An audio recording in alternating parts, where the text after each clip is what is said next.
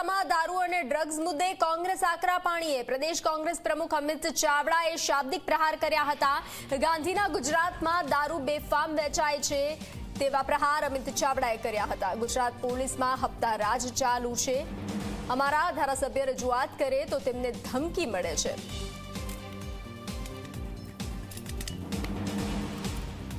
જ્યારે અમે યાત્રામાંથી નીકળ્યા અને મહિલાઓ દ્વારા કહેવામાં આવ્યું કે અહીંયા દારૂ ખુલ્લેઆમ વેચાય છે, ડ્રગ્સની બધી વધી રહી છે અને પોલીસ અને સરકાર હપ્તા ઉઘરાવે છે અને એના કારણે યુવાધન બરબાદ થયું છે, ત્યારે એના માટે ત્વરિત પગલાં લેવાને બદલે જ્યારે અમારા ધારાસભ્ય જિગ્નેશભાઈ મેવાણી લોકોને પોલીસ સ્ટેશન લઈ જાય છે, પોલીસ હપ્તા ઉઘરાવે છે, એની સામે એસપીને રજૂઆત કરે છે, લોકોને લઈને પોલીસ સ્ટેશન જાય તો એનો અવાજ દબાવવામાં, એને ધમકી રૂપે મેસેજ આપવામાં, કદાચ ભાષણો કરતા હોય તો એવાને ચલાવી લેવામાં નહીં આવે।